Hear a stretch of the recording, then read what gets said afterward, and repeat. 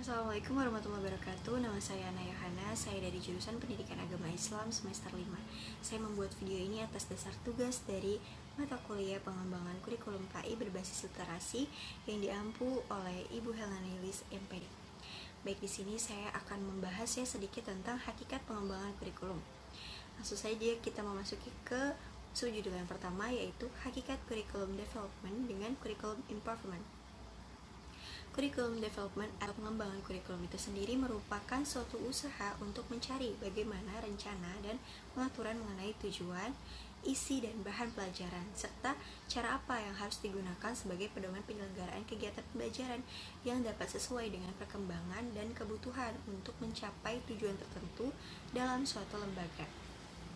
Nah, adapun kurikulum improvement atau perubahan kurikulum ini sendiri merupakan suatu upaya perbaikan pada bidang pendidikan. Perubahan atau reformasi dalam kurikulum ini diibaratkan sebagai pohon yang terdiri dari 4 bagian, yaitu akar, batang, cabang, dan juga daun.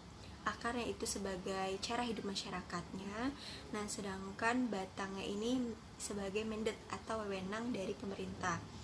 Lalu yang menjadi cabang ini adalah manajemen, dan yang menjadi daunnya itu adalah keterlibatan orang tua, peserta didik, dan masyarakat untuk menentukan misi sekolah yang dapat diterima dan bernilai bagi masyarakat.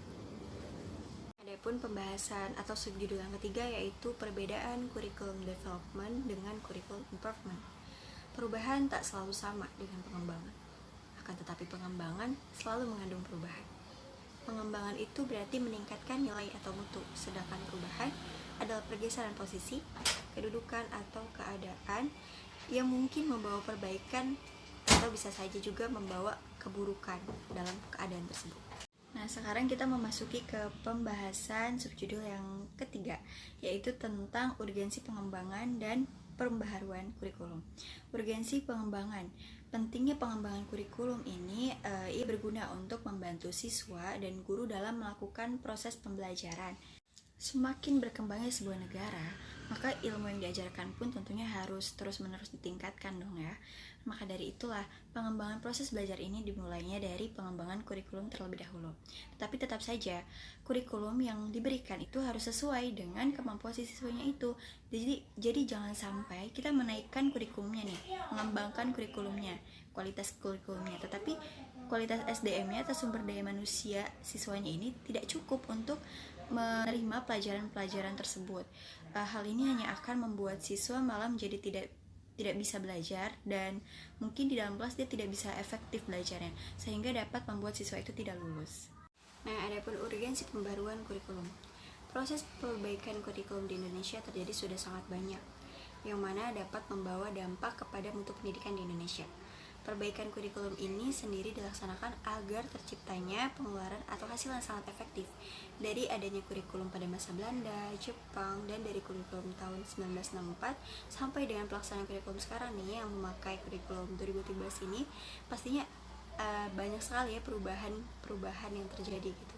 Nah, maka dari itu bangsa Indonesia ini haruslah menjadikan itu sebuah pembelajaran demi terciptanya perbaikan kurikulum yang optimal dan sesuai dengan perubahan dan perkembangan teknologi yang ada di era sekarang ini. Nah, sekarang kita memasuki ke pembahasan yang keempat, yaitu langkah-langkah pengembangan kurikulum. Menurut Wheeler, ia berpendapat bahwa pengembangan kurikulum ini terdiri dari 5 tahap. Yang pertama, menentukan tujuan umum dan tujuan khusus.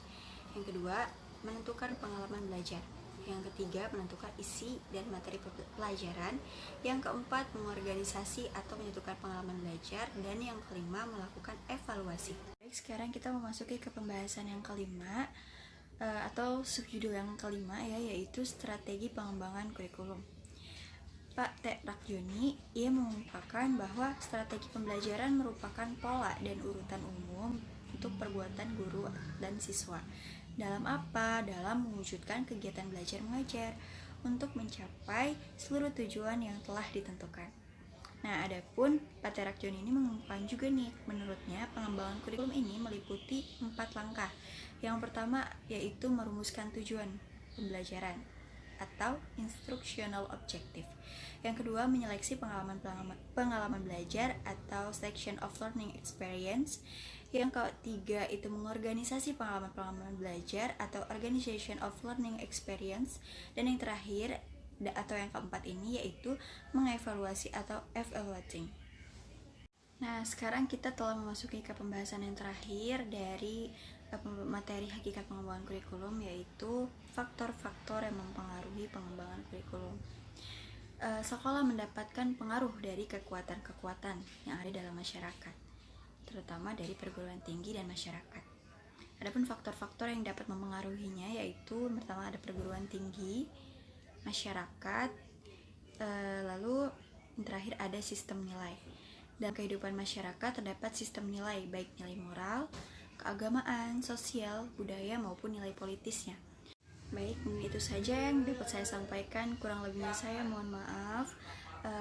Mungkin banyak sekali kekurangan-kekurangan yang saya sampaikan tadi. Saya mohon dimaklumi ya, karena saya masih belajar.